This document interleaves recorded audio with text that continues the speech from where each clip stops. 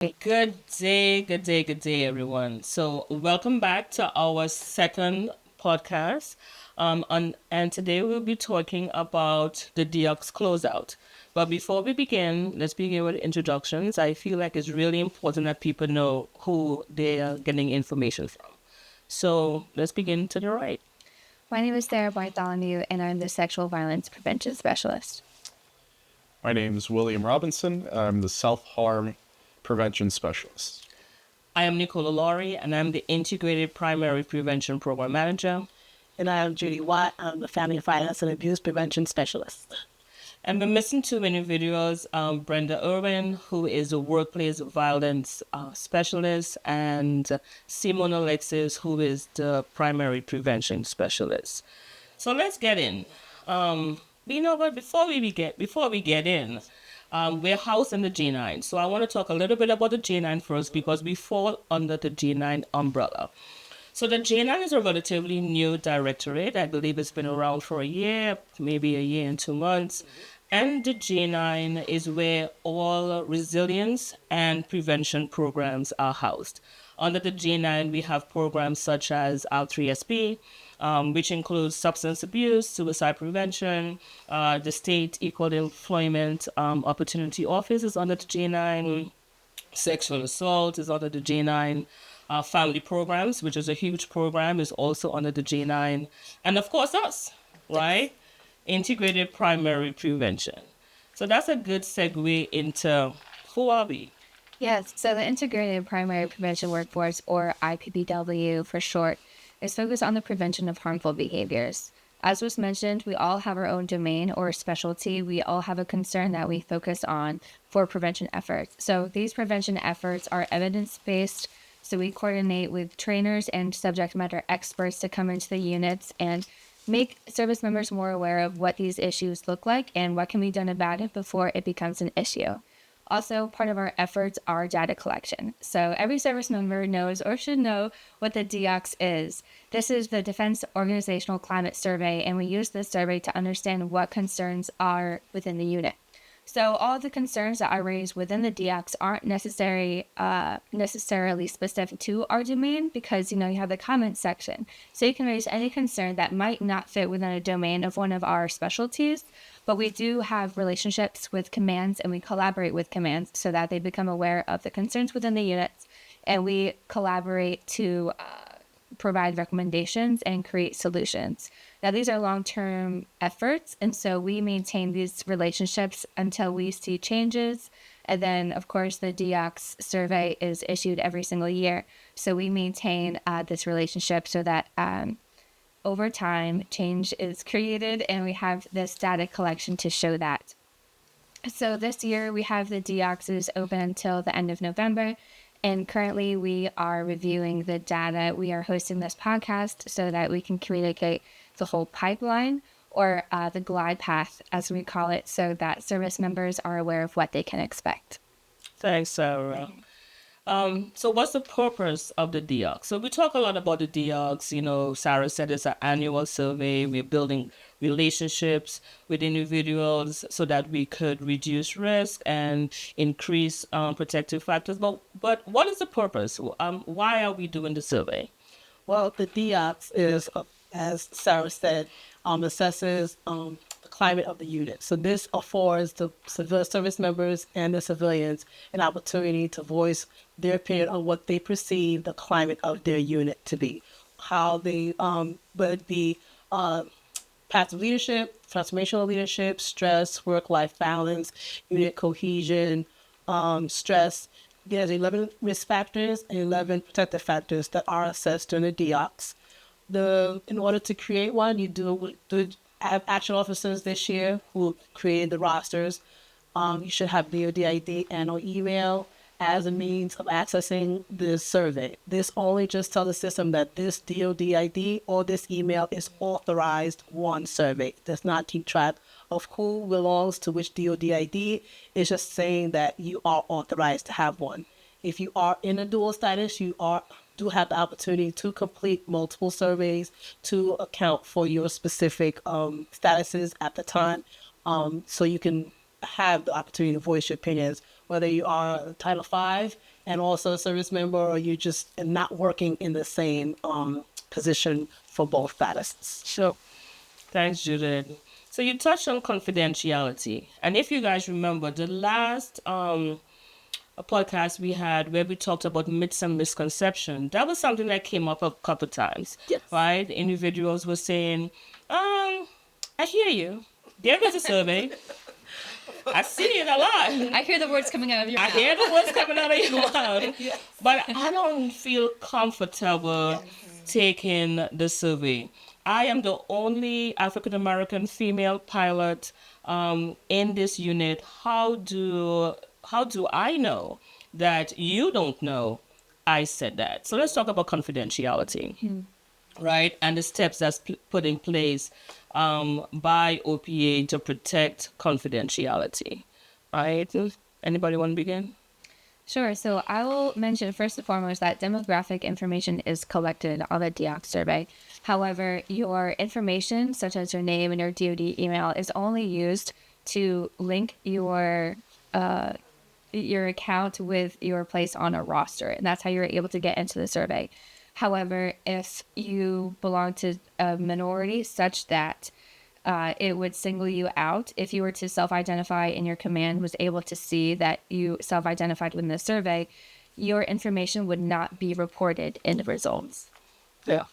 And this morning we were talking a little bit about the comment section, right? Yes. How that's protected. Yes. So you had some interesting thoughts. So can you share how confidentiality is protected in the comment section? Yes. Nicola, during her research, realized that as per OPA, if a specific subgroup does not have a minimum of 16 comments, their comments would be rolled into the comments of the next lowest level subgroup within that DEOCS survey. And of course, my argument is, well, comments are just comments. They're not really tracked by which subgroup or which person says that comment. So why would you deny the one subgroup because they do not meet that minimum threshold of 16? However, it does show, and it does attest to the fact that in order to maintain the confidentiality, even the comments have to be a certain threshold to meet in order for it to be divulged to the commander who would be receiving the results of that DEOCS. Yeah. So I guess painstakingly, measures are put in place to protect the person's confidentiality. Yes. So I want to touch real quickly on the DEOCS process, the timeline for the DEOCS process, the glide path. And then we will really get into the reason why we're here, what you should see when the survey closes. So 1 June to 31 July is when we're preparing for the DEOCS. This is when we're reaching out, we're asking each command to identify an action officer. That action officer is collecting the unit roster, scrubbing the unit roster, and getting ready to register the DEOCS.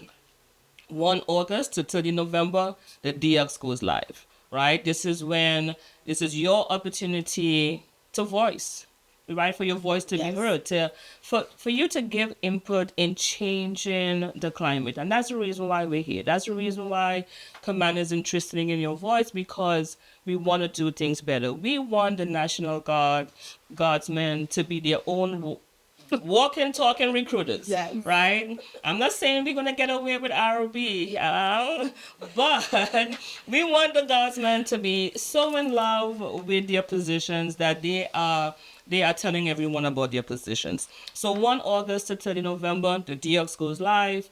During that time, we will be promoting the DEOCS. Your units will be promoting your DEOCS.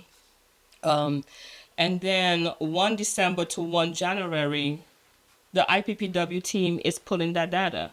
And what I really want to highlight is that we are the agency that's responsible for the DEOCS beginning this year. No longer is it a uniform service member. It's us. This is us, right?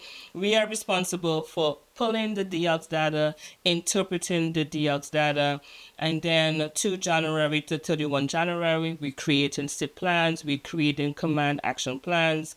1 February to 1 April, we're briefing this information. And then 2 April to 1 June, we are actually executing the plan of action. And what I always like to touch on is that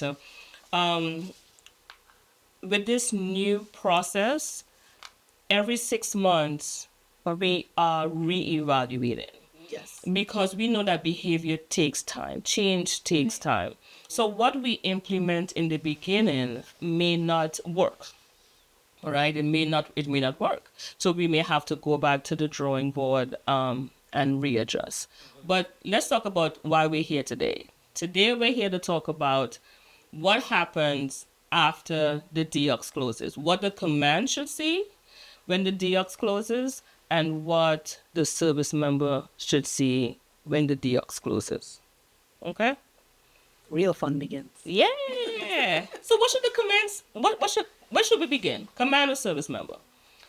We can start with command. Okay. So after the survey window closes, an IPPW member gets in contact with a command. We meet with a command in order to discuss the results.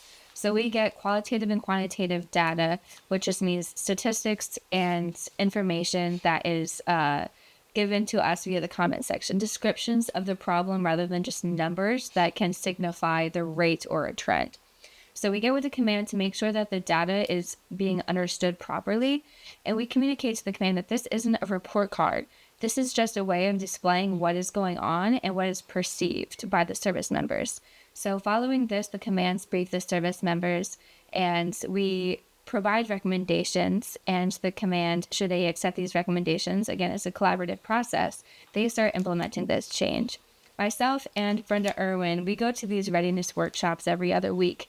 And granted, this is just for the Army personnel. We have relationships with the air as well. But this is our opportunity to discuss with the service members what they are seeing within their units as well. Yeah.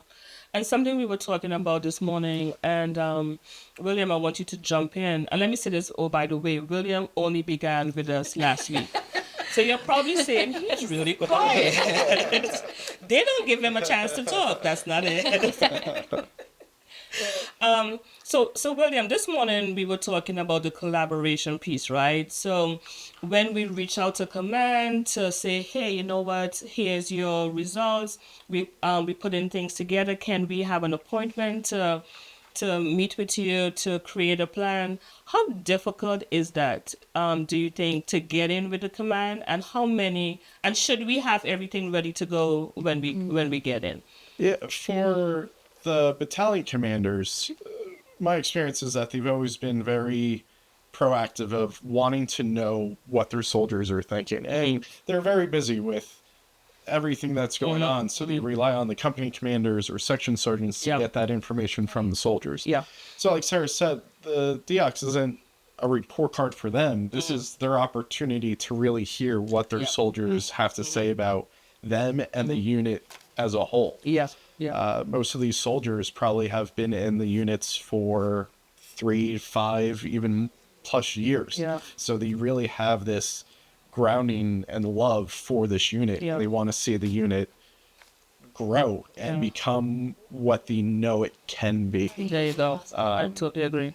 And the commanders should take this time to work with us, to be accepting of the information and the data, to then show the soldiers, I'm listening. I'm here to help. This is what the DEOCS is for. Yeah. And this is what I want to implement. And battalion commanders, company commanders are only there for 2 years. Maybe. Oh, wow. So by the, if we're getting it every year, that change may have to come from the next battalion commander, the next company commander too. So that communication and professional development coming from top to bottom, is going to keep it going. Yeah. That's a good point. That's a really good point.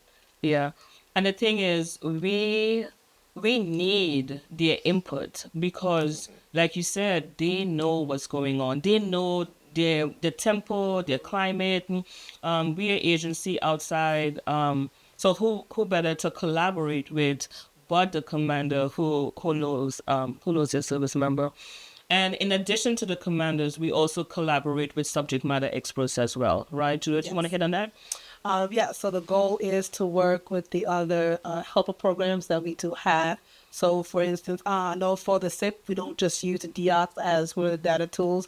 We do use the Unit Risk Inventory Survey, which is facilitated by the I3SP program. So that's one of the programs that we will collaborate with.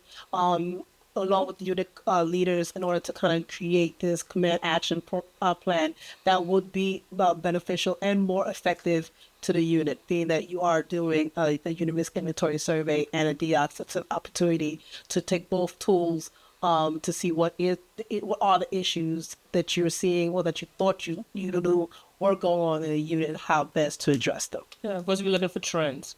We're looking for trends from multiple sources. Great. So let's talk about the service member. What should the service member? So the DX closes in 12. I don't even know what date it is. The 14th. It closes in 16 days. What should the service member see? And seeing that you began, Sarah. Yes. I'm a punt it over. Sure. So like I said, IPPW staff will first meet with a command. So you won't be briefed necessarily right after you finish your survey or after the window closes. It's after IPPW collaborates with your command. We talk about recommendations and we agree on the recommendations that would best resolve the concerns that were raised. And I should also mention, there was a survey that we have received in which there wasn't any major concerns. And so we also talk about how we can establish best practices and how units can learn from each other. Yes. There are so many units on like both sides and we want everybody to work together because we do fall under JFHQ. You know, we're a joint branch. And so we want to serve everybody and make sure that all best practices are practiced where and when it's appropriate. So service members can expect to be briefed by their command a couple of weeks after the survey window closes, because that's when we have these meetings. Following that briefing, you will be told by your command what they are going to do about the results. The integrated primary prevention workforce, I should have been mentioned, sorry, was stood up because there's been a history of concerns being raised and nothing was really done about it. Yeah. And so this workforce is all about making sure that something is done after a concern is raised. So the service member can expect to not only know what was reported in a DEOCS, but what the command plans to do about it. So the service member has their own agency to be asking questions, whether with their command, use that open door policy or talk to your first line supervisor and your peers to, really try to figure out what's being done. It's really important that your voice is heard. And that's why we really appreciate you doing the DEOCS so that we know, what's going on. Yeah. But it's also important to use your own agency to kind of create a sense of accountability, among yourselves and encouraging the people to not only raise your voice, but to make sure that something is being done about it. Yeah. And thanks, Sarah. And as the only service member on the couch, William, how do you think that would be received for service members to take the time, do the survey, and here's the command and IPPW coming to them and saying, hey, this is the survey results. This is the plan. Yeah, I definitely think moving forward, soldiers are going to be more into the survey now.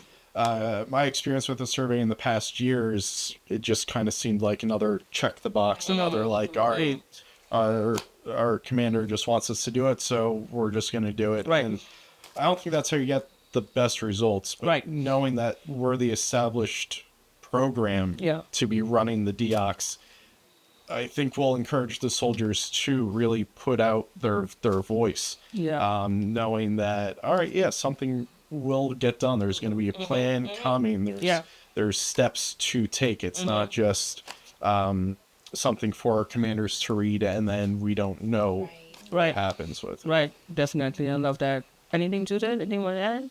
One of the hope is that when you answer the questions, that you are honest when you answer the questions, because we do need and we do want good feedback. So if you have a legitimate concern, please share. We do know it's voluntary to do the survey. Yes. But we do highly encourage you to let us know what you think is going on in the unit, what you think is not going on, and how you think we could make it better for you.